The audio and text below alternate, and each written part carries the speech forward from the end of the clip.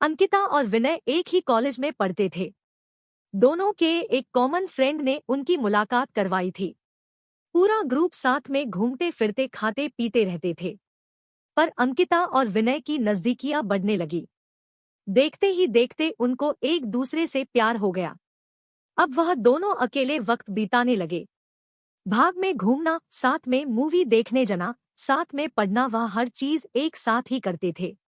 देखते ही देखते कॉलेज खत्म हो गया और उनका मिलना भी कम हो गया। एक बार अंकिता और विनय दोनों एक समुद्र किनारे बैठे थे। अंकिता ने विनय से कहा, अब तो हमारी कॉलेज भी खत्म हो गई है, अब हम एक दूसरे के साथ वक्त कैसे बिताएंगे, और अब जल्द ही मेरे घर वाले मेरी शादी करवा देंगे। विनय ने उसका हाथ पकड़ते हुए कहा कि अंकिता, तुम चिंता मत करो, मैंने एक दो कंपनी में अप्लाई कर दिया है, बस कुछ ही दिनों में मैं अच्छी नौकरी पर लग जाऊंगा, फिर हम अपने अपने घर में बता देंगे। 2 हफ्ते बाद ही विनय को अच्छी कंपनी में नौकरी मिल गई, जैसे कि उन्होंने तय किया था। उन्होंने अपने अपने घर पे बता दिया। विनय की माँ तो मान गई, पर उसके पिताजी नहीं मान रहे थे। और यहाँ अंकिता के घर वालों ने तो साफ साफ इनकार ही कर दिया था। वह दोनों बहुत परेशान होने लगे कि अब क्या होगा, कैसे वह अपने घर वालों को मनाएंगे।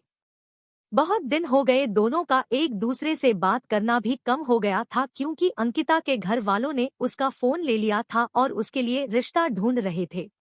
वह कभी कभी अपनी सहेली के घर जाती, तभी विनय को फोन कर पाती थी और बस हमेशा यही कहती कि विनय, तुम जल्दी ही कुछ करो वरना मेरी शादी हो जाएगी, मैं तुमसे बहुत प्यार करती हूँ, तुम्हारे बिना नहीं रह पाऊंगी। विनय भी उससे हमेशा आश्वासन देता था, पर उससे भी नहीं समझ रहा था कि वह क्या करे, कैसे अपने घर वालों को मनाए। यही सोचते सोचते वक्त बीतते जा रहा था। दोनों बहुत परेशान रहने लगे। विनय घर पे न कुछ खाता था न ही बात करता था, बस पूरा दिन शांत शांत रहता था। यह देखकर उसकी माँ से रहा नहीं गया और उसने अपने पति को समझाया कि मुझे मेरे बेटी की खुशी से बढ़कर कुछ नहीं है, और अब अगर उसकी शादी होगी तो अंकिता से ही होगी, आप कल ही उसके घर जाके उसके माँ बाप से बात करो। अगले ही दिन विनय के पापा अंकिता के घर गए और अंकिता के माँ बाप से बात की और उन्हें समझाया कि हमारे बच्चों की खुशी में ही हमारी खुशी होगी। मेरा बेटा एक अच्छी कंपनी में काम करता है और उसकी तनख्वाह भी अच्छी है, वह आपकी बेटी को खुश रखेगा।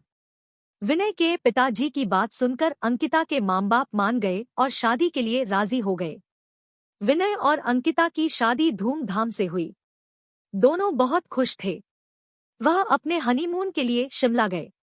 हनीमून से लौटते ही विनय अपने काम पे लग गया। दोनों की जिंदगी हंसी खुशी बीत रही थी। उनकी शादी को अब 2 साल होने वाले थे, पर उन्हें अभी तक बच्चा नहीं हुआ था। घर वाले, रिश्तेदार, सब लोग अंकिता से हमेशा यही सवाल पूछते थे कि खुशखबरी कभी दे रही हो, पर वह हमेशा मुस्कुरा कर बात टाल देती थी। विनय और अंकिता भी बच्चा चाहते थे, पर उन्हें हो नहीं रहा था। बहुत डॉक्टरों को दिखाया, सब टेस्ट भी करवाई, लेकिन कुछ फायदा नहीं हुआ। अंकिता की सास उससे बाबा के पास भी ले गई, पर वहां से भी सिर्फ निराशा ही हाथ आई। अंकिता बहुत परेशान थी। उससे यही चिंता खाए जा रही थी कि वह कभी मां नहीं बन पाएगी। 4 साल बीत गए, पर उन्हें अभी तक बच्चा नहीं हुआ। एक दिन विनय ऑफिस से लौट तो उसकी माँ उससे चिल्लाने लगी कि तूने अपनी मर्जी से शादी की, अब देख रहा है ना बच्चा भी नहीं हो रहा, अब हमारा वंश आगे कौन बढ़ाएगा। लोगों के ताने सुन सुन कर मेरे कान पक गए हैं। आखिर हमें भी इच्छा होती है कि अपने पोते पोतियों को देखे। यह सब अंकिता सुन रही थी। विनय ने अपनी माँ को समझाया कि जरूरी नहीं कि आपकी बाहों में ही कुछ कमी हो, मुझमें भी तो हो सकती है, आप शांत हो जाइए। जैसे तैसे उसने अपनी माँ को चुप करवाया और अपने रूम में चले गया, जहाँ अंकिता वहाँ बहुत रो रही थी। विनय उसके पास गया और उससे गेल लगाकर कहने लगा, तुम चिंता मत करो, सब ठीक होगा, मैं हूं ना तुम्हारे साथ में, तुम्हारा साथ कभी नहीं छोड़ूंगा। और माँ की बात का बुरा मत मानो, वो ऐसे ही कहते हैं, गुस्से में जाने दो, खाना लगा दो, हम साथ में खाते हैं।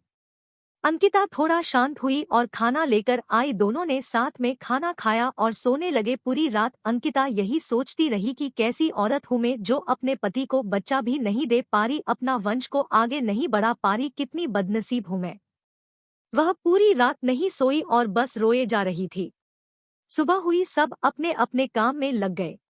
विनय भी ऑफिस के लिए निकल गया, अंकिता भी अपना काम करने लगी, पर उसके दिमाग में वही रात वाली बात चल रही थी। पूरा दिन यही सोचती रही। रात को जब विनय घर आया तो अंकिता ने उससे खाना दिया और वह दोनों अपने कमरे में सोने की तैयारी कर रहे थे कि तब अचानक अंकिता ने विनय से कहा कि क्यों न हम एक बच्चा गोद ले ले, अब हमें तो बच्चा नहीं हो रहा, क्यों न हम किसी बच्चे को गोद ले और उससे माँ बाप का सुख दे और हमें भी बच्चे का सुख मिल जाएगा। विनय ये बात सुनकर बहुत खुश हुआ। वह दोनों दूसरे ही दिन एक दत्तक ग्रहण संस्था गए और वहां पूरी बात बताई। दत्तक ग्रहण संस्था वालों ने कहा कि आप एक फॉर्म भर दीजिए, जैसे जैसे ही सब जांच पड़ताल हो जाएगी आपको फोन आ जाएगा। उन्होंने फॉर्म भरा और एक आशा के साथ घर लौटे कि शायद अब उनकी परेशानी दूर हो जाएगी। 6 महीने हो गए, उनको कॉल नहीं आया। विनय जब भी वहां जाता वह लोग उससे एक ही जवाब देते कि कॉल आ जाएगा, पर इंतजार की गाड़ियां बढ़ती जा रही थी। अब अंकिता हिम्मत हार चुकी थी, वो पूरी तरह से टूट चुकी थी। विनय भी आखिर कितना उसको समझा पाता, दोनों थक चुके थे, उन्हें अभी कोई उम्मीद ही नहीं रही थी कि वह कभी माँ बाप बन पाएंगे। पर विनय ने अंकिता का साथ और कोशिश करना नहीं छोड़ा, वह हर 2 दिन में संस्था जाता था। इंतजार करते करते 8 महीने हो गए थे और एक दिन अचानक विनय को कॉल आता है कि आप दत्तक ग्रहण संस्था में आ जाए, आपके लिए एक खुश खबर है। उसने तुरंत अंकिता को फोन करके दत्तक ग्रहण संस्था आने के लिए कहा। दोनों वहां पहुंचे तो उन्हें पता चला कि उनको एक बेटी गोद दी जा रही है, जो कि सिर्फ 5 महीने की है। विनय और अंकिता की खुशी का ठिकाना नहीं रहा। विनय तो खुशी के मारे वहीं नाचने लगा।